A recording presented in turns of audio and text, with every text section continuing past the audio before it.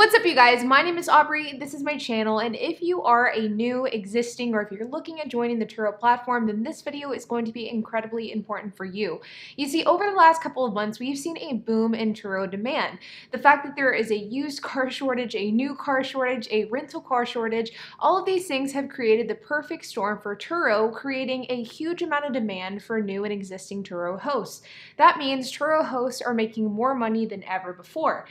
But unfortunately, due to a variety of different factors, including market saturation, including mask mandates and COVID restrictions, including the fact that summer is coming to an end, all of these factors are going to lead to hosts seeing less and less rentals and demand slowing down significantly. In fact, I am already seeing this with hosts in different markets today. And so in this video, we're going to be breaking down the Turo algorithm, and I'm going to be telling you what you need to know and what you need to do in order to ensure that your car is getting booked out as much as possible, and in order to ensure that your car is getting bumped up to the top of Turo listings.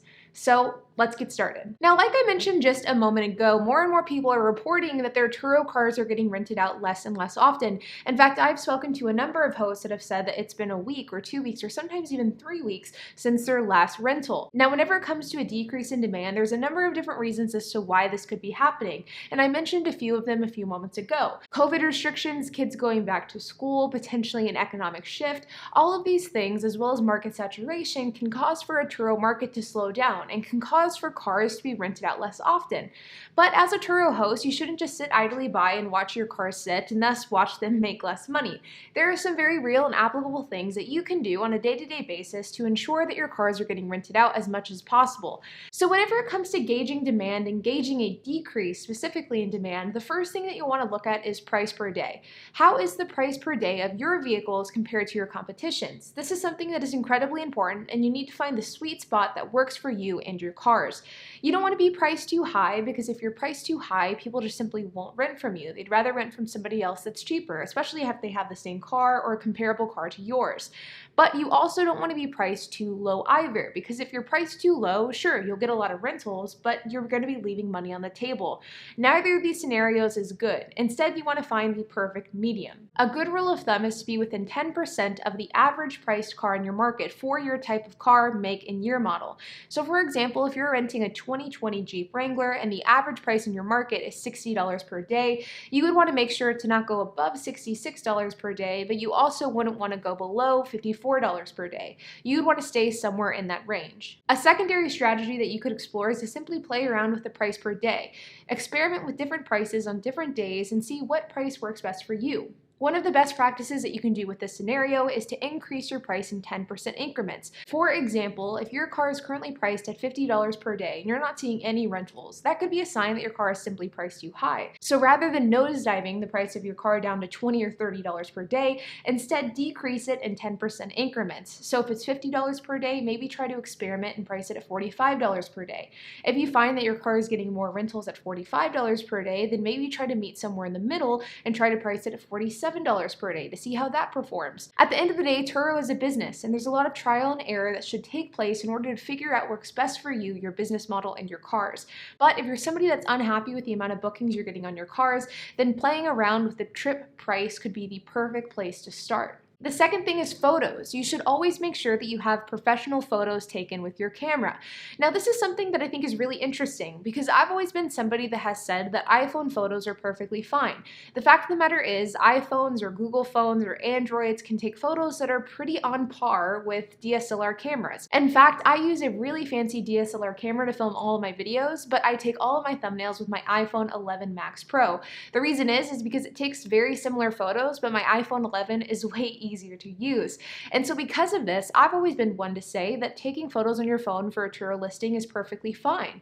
But interestingly enough, recently I was speaking to a Turo representative that actually told me the exact opposite. And he stated that paying somebody to take high quality professional photos with your car that stands out can actually be the difference between not getting a rental and getting a ton of rentals. Now, I'm not saying that every single one of you that watches this video should go out and hire a professional photographer, but if you're somebody that's unhappy with the amount of bookings that you're getting, beginning or you're unhappy with the price per day of your cars, then maybe looking for a photographer and going this more professional photo route could be a good option for you. Now, this would of course depend on what type of cars you have. If you have really low-end economy cars like I do, for example, I think paying a photographer $500 to take photos is a little excessive, and I think it's a bit unnecessary.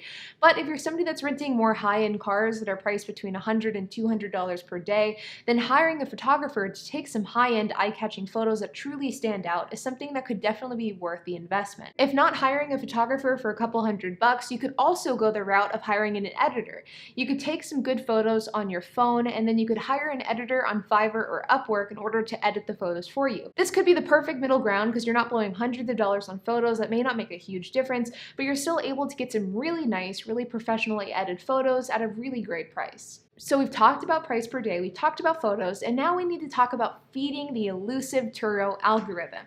Now, if you've seen this YouTube channel before, you may have heard me mention algorithms in the past. You see almost every single type of website that we use on a day-to-day basis, whether it be Google, YouTube, Turo, Instagram, whatever the case is, these websites use an algorithm, and those algorithms are really the only reason why the site is able to perform in the way in which it does. Now, algorithms are notoriously hard to understand, and they vary greatly from site to site. But when it comes to Turo, there is an algorithm that helps determine which cars are promoted first in the Turo search results. So whenever you go onto Turo's website and you search for a car in, let's say, Denver, Colorado, there is an algorithm that determines which cars are reported first and in which order they're reported in. Now, oftentimes people think this is just a matter of luck, that it's kind of random, that there's no rhyme or reason as to why cars are presented in the way in which they are. But that actually couldn't be further from the truth. In fact, there is an algorithm that determines this, and there are real ways and real things that you can do to influence this algorithm. So one of the first things that's taken into account with the Turo algorithm is the host and the host experience.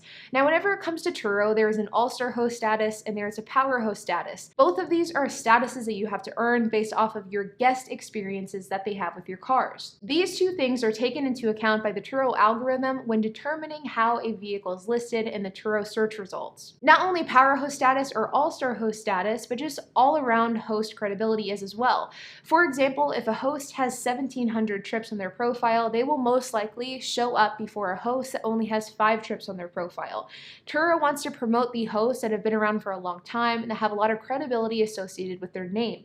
And because of this, the Turo algorithm takes this into account when promoting certain cars. Additionally, another factor that comes into play with the Turo algorithm is instant booking. Now, what instant booking is instant booking is a setting in which allows for guests to instantly book your car, meaning you, the host, has no control about whether or not the guest is approved to rent. So for example, if you have a car and the instant booking is turned off, a guest can rent your car and then you get a request for a rental. At that point, you have the power to either deny or approve that request. You could do some research on the guest, you could look at their Facebook, you could figure out what they're about, and then you can approve or deny the request based off of your findings. Instant booking, on the other hand, is completely different. And once a guest decides to rent your car, you have absolutely no choice in the matter. The car is booked, and now you are obligated to give them that car. Instant booking is something that helps boost your car in the Turo algorithm. The reason is because Turo finds it important that guests can book instantly, and they don't have to wait for the approval from a host. So if you're somebody that's finding some low utilization with your Turo fleet, then maybe turning on instant booking could be something that could help boost your rentals. The next factor is delivery. If you are somebody that has delivery or you have the availability to offer multiple delivery locations, this is again something that will help boost you into the Turo algorithm. Now, funny enough, this is something I do not offer on any of my cars simply because I don't believe that the time commitment that's required in order to do deliveries is worth the cost and the money that you make from it. But if you're somebody that is able to accommodate to this type of thing, then giving delivery a try could be a way to not only increase your rentals, but also increase your spot in Turo search results. Now, again, this is something that's pretty time intensive. It oftentimes isn't worth how much you get paid, but I do think it's something worth experimenting with. And one of the third things that I want to talk about is acceptance rates and just overall commitment to the guest. Now, what I mean by this is Turo takes host commitment extremely seriously. If you were a host and you were canceling on guests on a regular basis, if you canceled trips with guests within 24, 48, or even 7 days of a rental, that is something that Turo does not take lightly. The reason is because this is, of course, a disruption to the guest, and it doesn't make Turo look good. If a guest has a car booked and then 24 hours before the rental, the host cancels for whatever reason, reason, even if those reasons are valid, that is something that is incredibly inconvenient. And that guest is going to be less likely to turn to Turo next time that they need a car. Well, whenever this happens, that does not go unnoticed by Turo, Turo's team, and the Turo algorithm. And Turo will take notice moving forward that you are a host that is canceled in the past. This will decrease your ranking when it comes to the Turo algorithm, and it will make it less likely that Turo will promote your car in the future. And lastly is having your cars available as often as possible. This is something that I've talked about a lot on the channel, and I've talked about it a lot with my course as well, the Car Sharing Masterclass. If you are somebody that has a car sharing fleet, but the hours in which your cars are available are quite restrained and quite tight, then you will never get the rentals that you could potentially get. For example, let's say that you have a car and you rent it out on Turo 5 days a week, but you don't rent it out on Saturday and Sunday because you want to take those days off. Well, that means anybody that needs a car, whether it be for 1 day or 7 days or even a week, they may have a hard time renting your car because of those 2 days that are blocked off. For example, a 2-week-long rental wouldn't be able to rent your car because your car is technically not available on Saturdays or Sundays. Or let's say, for example, somebody wants to pick up your car on Saturday and keep it all week. Well, they couldn't do that because you don't accommodate to Saturday and Sunday rentals. Whenever you block off a day on your calendar, you aren't only just affecting that day, but you're affecting everybody that could potentially want to rent a car on that day, which could potentially be dozens of different rentals. Having your car available 24 hours a day, 7 days a week is something that is incredibly important. Now, I know what many of you guys who watch this channel may be thinking is, well, I don't want to be on clock 24 hours, 7 days a week. I don't want to do that. It simply isn't worth it. but the reality is you're not really on clock 24 hours a day. If you have a process and a system in place in order to manage your car sharing fleet, you are able to offer cars 24 hours a day without actually having to be on the clock 24 hours a day. If you guys are interested in learning how to do that, then I do have a car sharing masterclass, and if you use the code algorithm, you can get $25 off that purchase. I will include a link to that course down in the description below, as well as in the pinned comment section as well. Now, the fact of the matter is we've seen a substantial Turo increase in the last couple of months. There's been more brand awareness, more rentals, higher trip price, and this has all been great. But I do believe that we are bound to see some sort of decrease in the coming weeks and in the coming months.